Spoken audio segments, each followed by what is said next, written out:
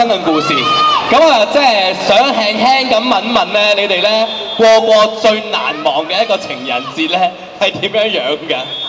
我冇乜難忘喎，你有啊？你講先啦。冇啊，我都冇啊，我次次撞啱情人節都分咗手，啱情人節之前。咁咪好難忘咯。所以跟住情人節之後先再開始。係嘛？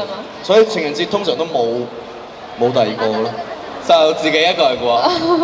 我都冇乜好難忘嘅，因為我都係好怕，我又好怕人多啊，又好怕情人節。如果男朋友送扎花俾我，要喺街度拎住行街，我都好驚呢啲㗎。好 sweet 㗎喎。唔知我怕㗎。即係你唔中意男仔送花？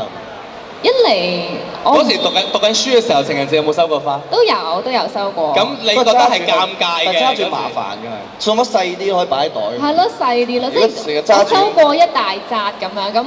如果拎住行街就好唔方便咯。拎唔拎翻屋企啊？但係我都咁咧，咁我理由唔通抌咗佢咩？唔會啊。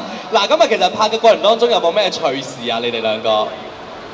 好多好多啊！係啊，雖然我哋拍咗，其實因為個故事我哋每一 part 都係好短嘅，所以拍嘅時間都係1個星期左右啦。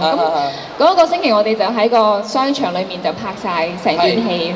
咁 Justin 咧，我覺得令我最難忘咧就係佢咧，佢好頑皮嘅，即係咧一唔使拍啊，一唔使埋位咧，佢就會走咗去 shopping 啊買嘢啊，聖誕節去食嘢啊。咁跟住成日都唔見咗佢咯。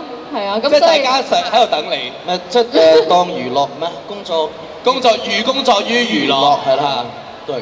所以你平時都係一個咁個性化嘅人嚟，因為我平時見你表演咧都係，即係明明可能個台度都唔俾你落去啊，你都中意咧，即係跑落去同我跳落去㗎啦，好曳嘅，聽唔到自己喺度，我話俾你。